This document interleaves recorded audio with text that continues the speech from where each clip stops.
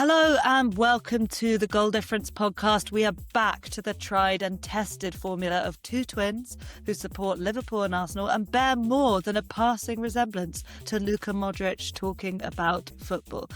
On today's show, we are going to ask whether Arne Slot has gone full Brendan Rodgers or if Liverpool have actually turned a corner. And of course, Arsenal listeners, it wouldn't be an episode this season without asking if Arsenal win this weekend, have they won the league? Stay with us. Okay, Scarlett, it was a long-awaited victory for Liverpool on Sunday. And I have to say, it felt like getting out of a pair of shoes that didn't fit or taking your bra off at the end of a long day. You just didn't realise how much you needed it until it finally came.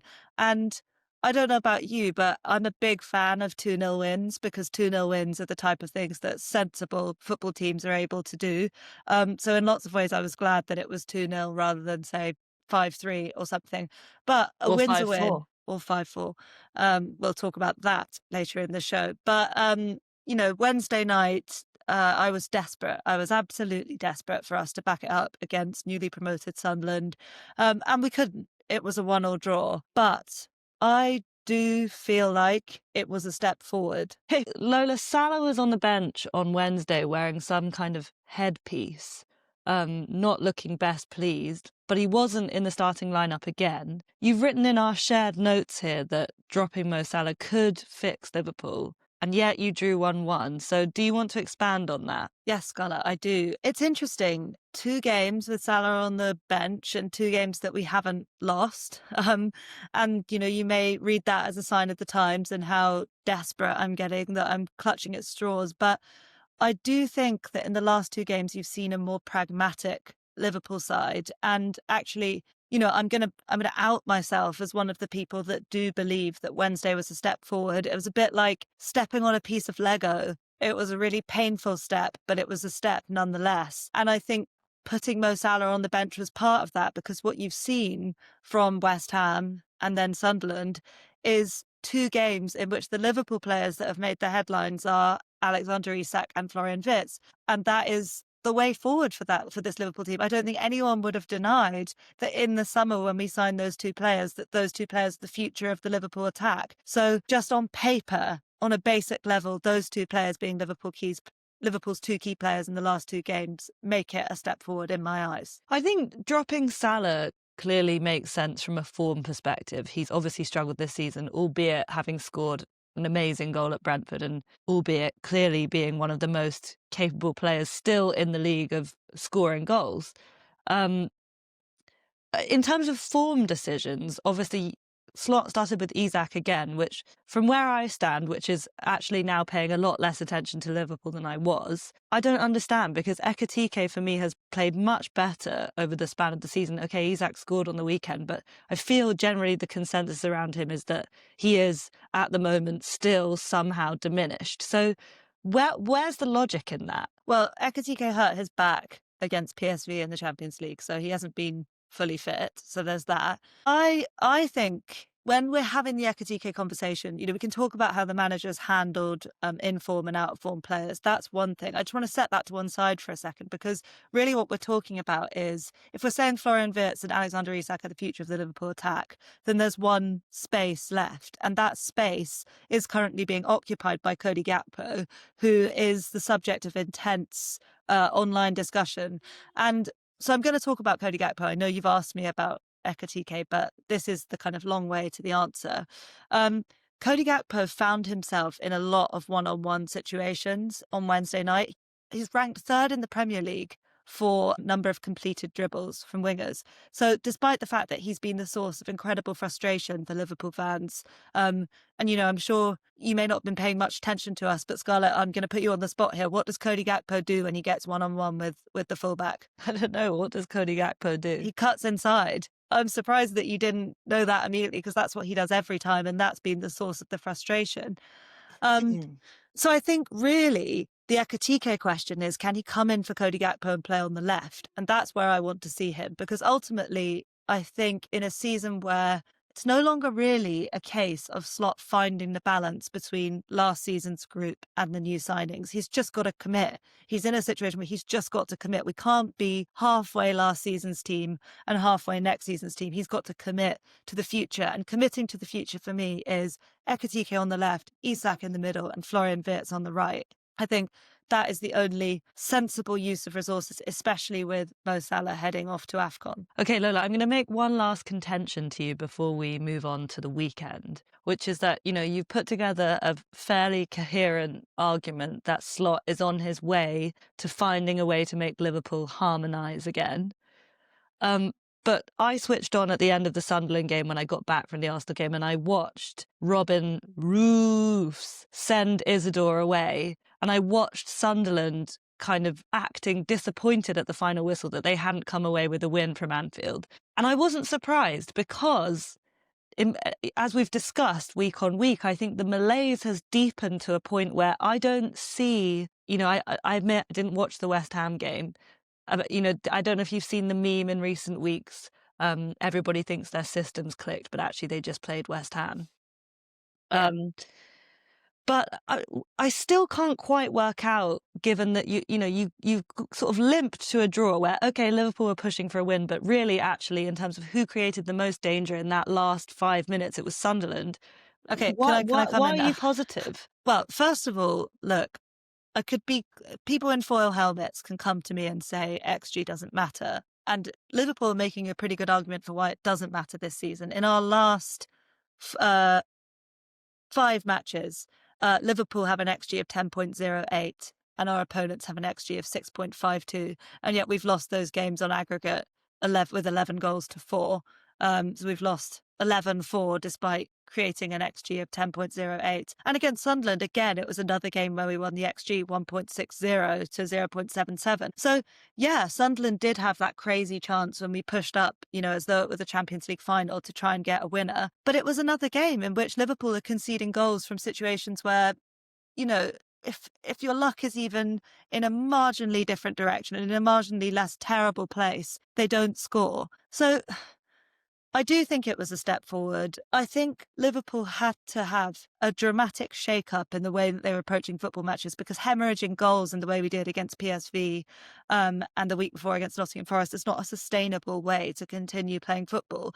And it's just about adopting a bit of pragmatism. It's about saying, okay, we believe that we have outstanding individually talented footballers in the likes of Alexander Isak, Florian Wirtz, but you could even roll in Dominic Szoboszlai, Ekitike, anyone you want, you can put into that bracket.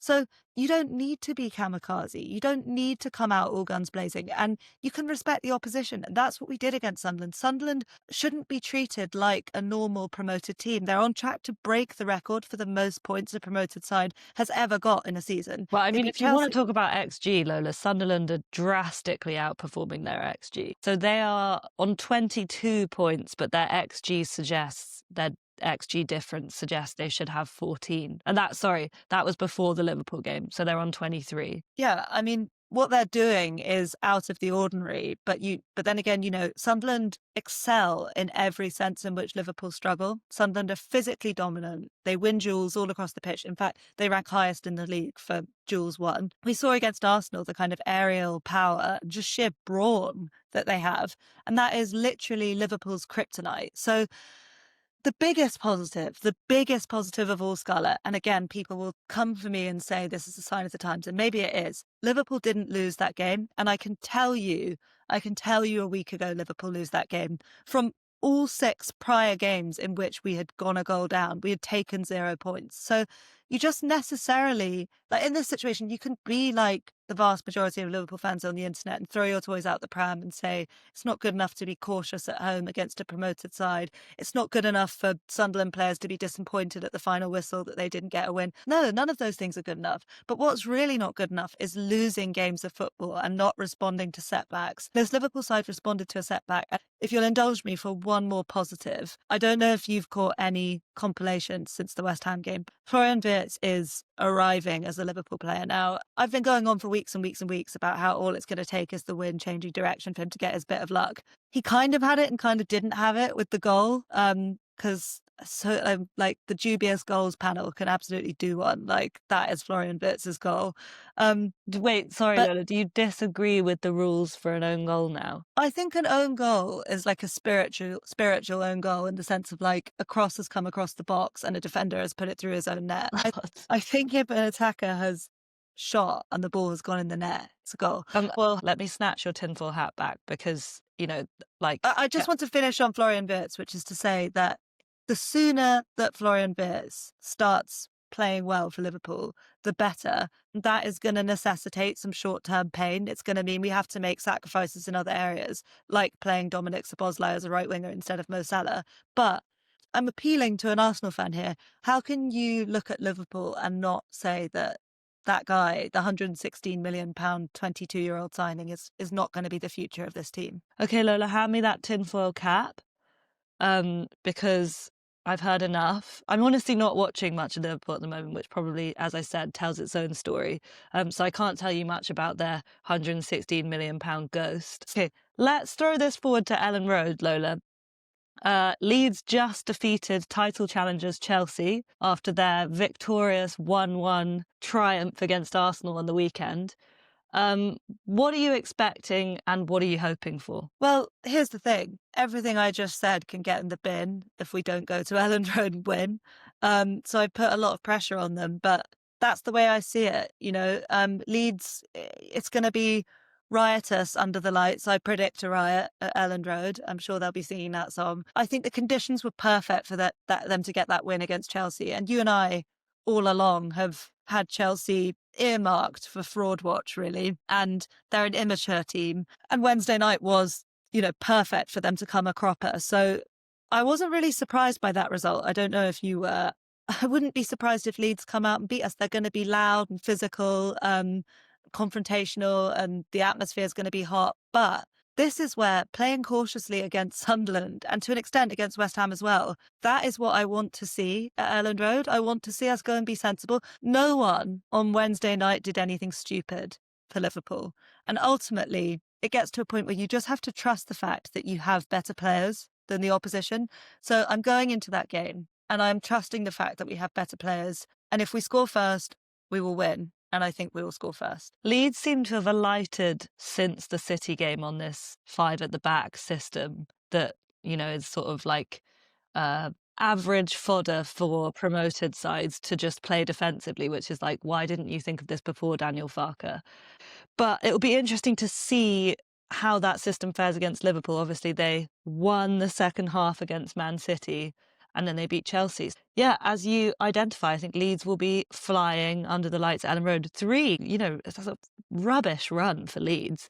So well, they've got to save the manager because Farke was given these 3 games to save his job. And probably the Leeds board was sitting there hoping that it would be made easy for them by Leeds not winning those games. But one thing I just do want to say is what's mad about the situation that Liverpool are in is you're looking at the way we want to play and it's extremely obvious what Liverpool need to add to this team. £450 million spending spree be damned. Arne Slot ended up with a horrible chimera of last year's team and the new players. And I think we now know, nearly halfway through the season, that is not going to fuse into some brilliant hybrid. So what's really interesting for me is if we continue to play in this way, we desperately need an explosive right-sided player and a right-sided centre-back who can progress the play. So another thing that's really giving me hope is the January transfer window is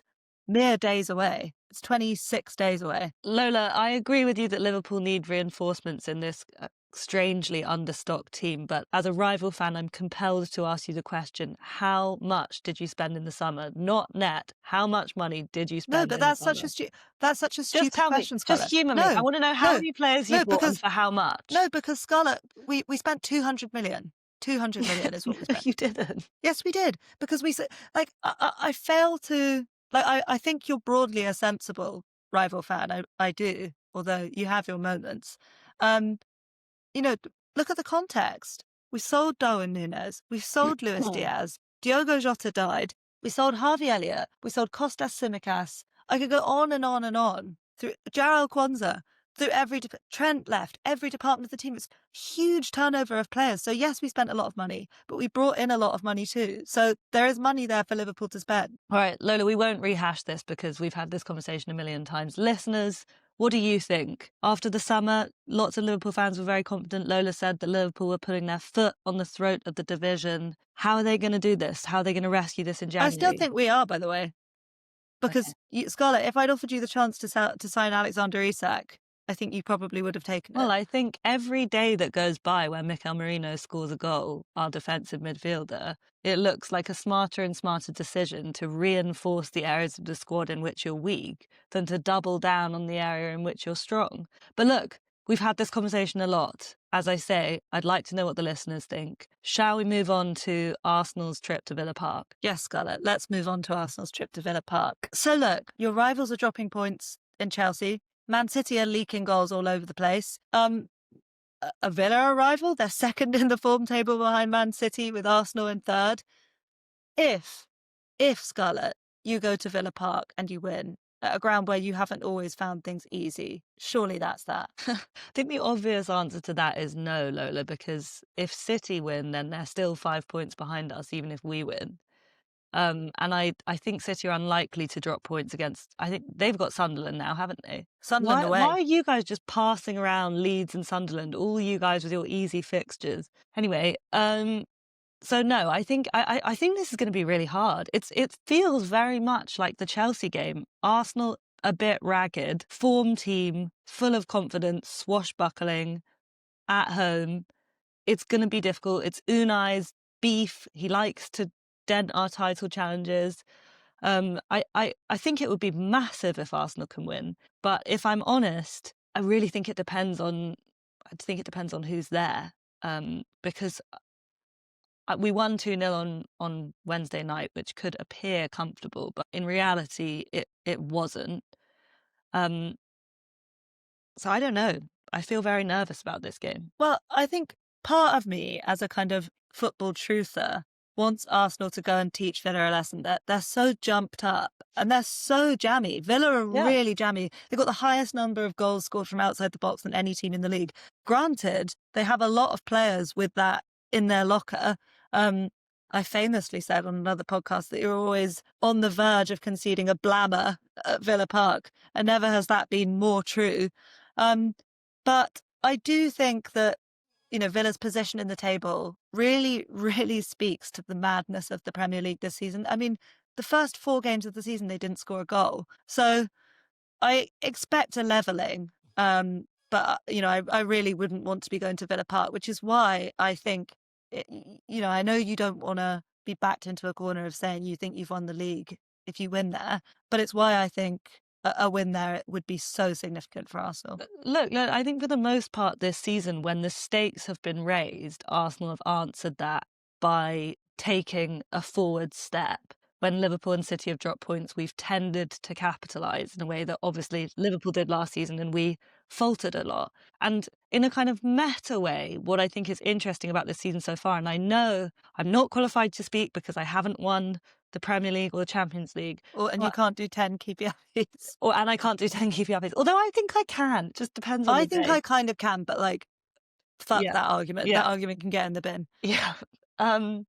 But I do think challenging is kind of an illusion. And I don't mean challenging, Arsenal came within 2 points of winning the league a couple of seasons ago. And I think that the run they put together on the back stretch of that season, where we ironically lost to Villa, and a draw at City where our only drop points, that was the stuff of champions. But what I will say is that this year feels different. And it feels different for Arsenal because our rivals are faltering, but also because when I watch this team, there is a calmness and a confidence that wasn't there before. So if there is anything that makes me believe that in this quite difficult scenario, potentially again without Gabriel and Saliba, although I remain hopeful that Saliba might sneak in, a raucous Villa Park, a vengeful Unai Emery. We talk about football intangibles all the time, but basically all the intangibles are blowing firmly against Arsenal, the prevailing intangibles. Yeah. Honestly, Scarlett, I think the biggest compliment I can pay Arsenal this season, I do so through gritted teeth, is that they have dealt with setbacks and they have dealt with bad luck in a way that they have not shown the resilience to deal with these things in the past. We all remember Saliba's injury in the title run in the first year that you became competitive. So that was 22-23. And that totally derailed you. And, we know you had injuries last season, red cards. This season, Arsenal have had injuries, and they've had injuries consistently in one area of the pitch, and they've dealt with it. So I think the biggest thing as a team is that they've stopped making excuses for themselves. And when they stop making excuses for themselves, there's enough good players on the pitch that they can get the job done. Well, But Lola, look, I think what this comes down to is that winning titles, from where I sit, looking at it last season, sometimes you just need a good break of the ball. And so we're going to talk about your rivals now.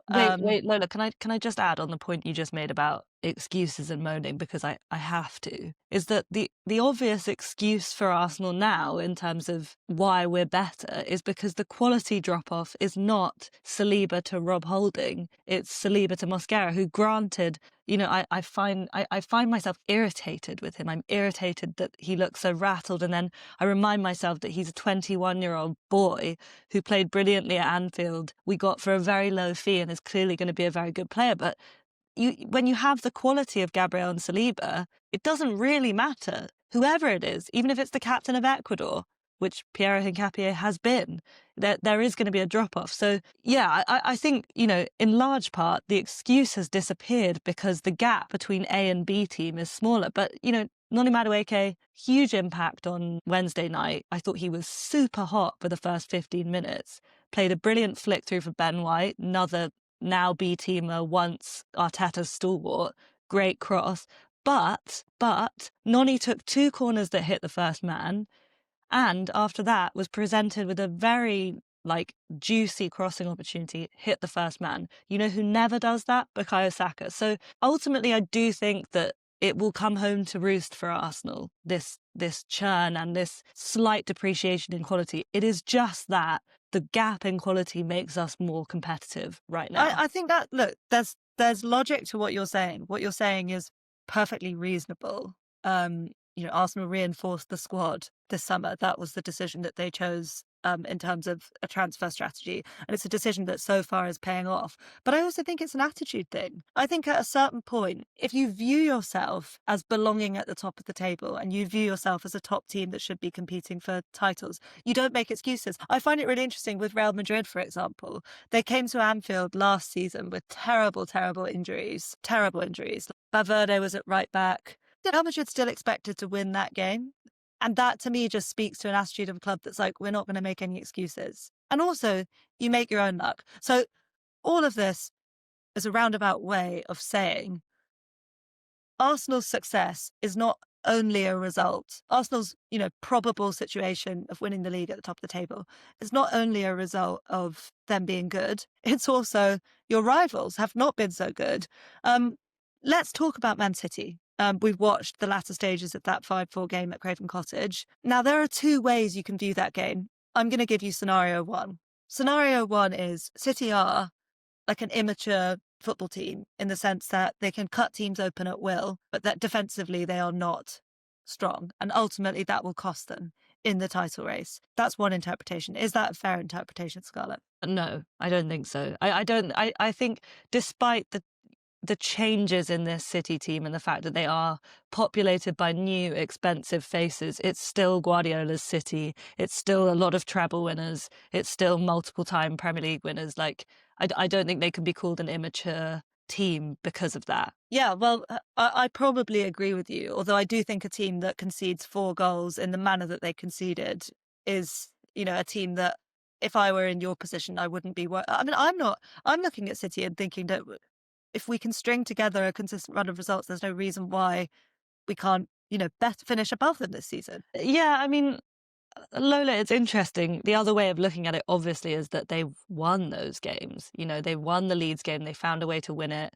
They found a way to win the Fulham game. Obviously, you can't have multiple games a season like that if you are a serious title contender. But especially in this festive period where the fixtures just come at you and you have to take them and you have to just take what you can. You know, as cliched as it is, a win is a win. Obviously, I do agree with you. I think there is a level of a lack of control that we're not used to seeing with City there, given that they were 2-0 up, cruising against Leeds, 5-1 up against Fulham. Someone, and I can't remember who it was, but I heard someone suggest that they were pacing themselves too much, and it wasn't like a tactical thing. It was like a kind of knowledge from the defenders of like, this is going to be a long season, let's not go hammer and tongs on our high line, which, you know, maybe Arsenal are doing, or I don't even mean high line, I mean like physically squeezing. They weren't squeezing the pitch. Let me not overexert myself, and actually that's allowed teams back into the game, so maybe the balance isn't quite right, which, as you suggest, could be about immaturity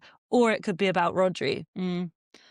Well, look, Pep did say one thing after the game, which, even though currently we're not in the title race, sent a shiver down my spine. And it was that something about his record in the Premier League and how many titles he'd won and how many times they'd been 5 points behind and still won. And it did just dawn on me, like, you know, you're right, that they're winning games. That winning games despite, you know, looking shaky. There is a world in which, you know, they go on a City run that we've seen where they string together 10 wins in a row. There is a world in which that happens. There is, but I don't think there are many worlds. Like, if you simulated 100 realities from now, like, and I think that comes back to the first point, which is, what are City at the moment? Like, despite this kind of aura that they still have as many-time champions, despite Pep Guardiola, there is something fundamentally altered about them after last season. And I refuse, despite my intimidation, I refuse to see them in the same way, because they are not the same. I think you're right. As of this moment, as of the 5th of December, they are not the same. But it's the worry that they're more similar to what they were before this season than they were last. And Arsenal have got to go to the Etihad. That's the biggest difference, isn't it? I don't fear the Etihad. That's the thing about this Arsenal team. I don't fear going anywhere with our players available. I would just, like, please, like Mikel Arteta, like, God, please, can we just have our players available? Okay, that's been your mainstream Arsenal news. But there was one piece of Arsenal news which we are duty-bound, really, by being in the union of twins, the global union of twins. I have my membership card right here, Lola. Yep, GUT, big up. To talk about the Ecuadorian twins that Arsenal have signed. Scarlett, what do you know about these twins? Well, I know their names are Edwin and Holger Quintero, and they are not joining Arsenal until like 2027, when they're 18, because they're very young. I guess they're 16 at the moment. So yeah, it's exciting. 3 Ecuadorian players after none. We're going to have to amend the song for Pierre Hincapié. I think signing youth players like that when they're clearly wanted by a lot of teams is always a kind of, you know, to your rivals, isn't it? Well, it's a status thing. Yeah, and it's a sign that your club is in a really healthy place. And I think Arsenal and Liverpool, actually, without having feeder clubs, are in an inferior position when it comes to developing foreign talent. And obviously, I don't pretend to understand the implications of Brexit on, you know, big Premier League academies. But I imagine it's inhibiting. So I think, like, if you can corner the Ecuadorian market or the South American market more broadly, then you're doing something to address that deficiency. And also, I guess, like, as a club, it's nice that you've been able to sell yourself as a proposition to these players. It's like, well, obviously, as I said, City would have been in for him, you would have been in for them. I'm not going to lie, I think you're missing the obvious thing here.